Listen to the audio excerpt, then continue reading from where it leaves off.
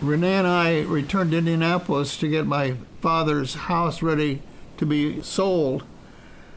However, she was having issues in Oxford, Ohio, with custody of her kids and had to go back to Ohio. I was really, really upset about that and began to look at other options. One of my options fell right into my lap, and that was to buy another goat dairy. Oh my goodness, another goat dairy. It could be a big mistake. But this one was located near Portage, Wisconsin, and was one of the largest goat dairies in the entire country. Over time, I have come to realize that I made very poor decisions when my emotions were strung out. I was very vulnerable to the pressure of other individuals. This goat dairy was being sold by Paul Ashbrook. I was enamored with the Idlemar dairy goat show herd, and this influenced my decision. I could also take over 20 milking does for my daughter Pat and Sue, since they could not sell raw milk due to the lack of a grade A facility. With my feelings about Idlemar and my daughter's financial situation, I purchased the entire business. The goat dairy facilities were the largest and most modern developed in the entire country. Multiple rooms for feed, supplies, goat kids, and a 500-gallon stainless steel bulk tank. A grade A washable milking parlor that could milk 24 goats at a time. Our chore periods lasted 6 hours for each milking. From 5 a.m. until 11, all chores were done. And then again, they started again. This had made 98 hours per week of chore time. Lots of work was standing up on a concrete floor, and a person's hip joints and lower back would ache. Several unusual incidents hit the farm each time I was gone showing goats.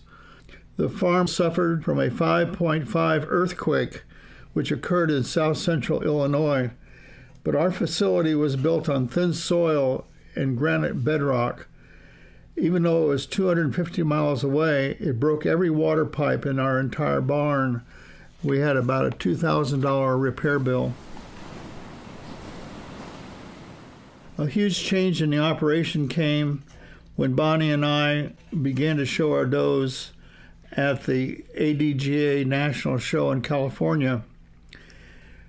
Our milk marketer took liberty to move 40 of her does into our complex without permission. They also offered to take over the chores. We didn't realize it at the time, but our business had just experienced a hostile takeover. Almost immediately, our production tanked as intensive management became more passive to save time. I found once again I'd made a very bad choice, avoiding conflict at any cost. I was still extremely pissed off, but I made the major mistake and listened to Bonnie complain that the work was too exhausting and we should move, keeping a financial interest in the enterprise. We shifted our thinking and began to look for a more sane lifestyle and a new home. Bonnie, my partner, and I found 5 acres, a splendid stone-banked barn, an American 4-square house. Our new place was about 8 miles away from the commercial dairy. It was a beautiful barn, and to save it, we put a brand new roof on it immediately. We had 2 acres fenced. This mini farm was ideal, with 4 rooms of equal size on 2 floors, giving the structure a signature box shape. As you observe the home from Muskrat Road, in front of the house, there was an addition of over 24 foot in length that had been added to the left. This addition contained a large remodeled kitchen in front and a 2-car garage behind. The home was well located, perfect for Bonnie and her 2 teenagers. I put $42,000 down on the farm, leaving a mortgage of $150 a month. Meanwhile, the goat dairy I'd purchased for well over $100,000 just faded away.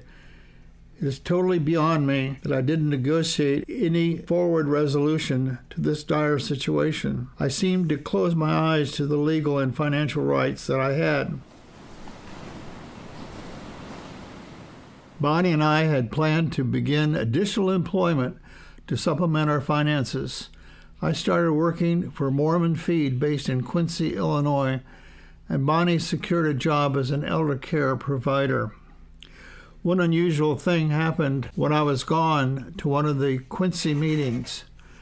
A large tornado had come and visited our farm, took away the roof of the machine shed, pulled the big 20 by 24 foot barn doors off, moved hay out in the front yard, toppled our chimney, broke every window in the house. The trees in the yard were all corkscrew and white, and a big blast of trees happened in the nearby forest, creating a white area of devastation. We're lucky that no one was really hurt, about $5,000 worth of damage, and the tornado was gone. Bonnie and I kept having marital problems and disagreements over the goats and just about everything else. I was fortunate to be hired as a supervisor south of the farm in Madison, Wisconsin. 6 permanent adult residents were the supervisor of that home. I also continued my Mormon feed business, mostly doing it on Saturdays.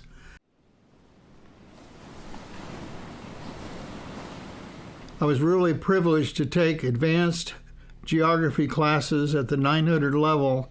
These seminars were taught by the chairman of the department at the University of Wisconsin and also the world's most famous geographer, Dr. Yu-Fu Tuan. My Saturday workday was filled with Mormon activity, and I visited almost 30 farms. Sometimes I enjoyed working with the Amish, playing horseshoes, watching them milk the cows, and slice little strips of meat for meat jerky. It was really a wonderful time with the group home, the Mormon business, and my studies in geography at an advanced level.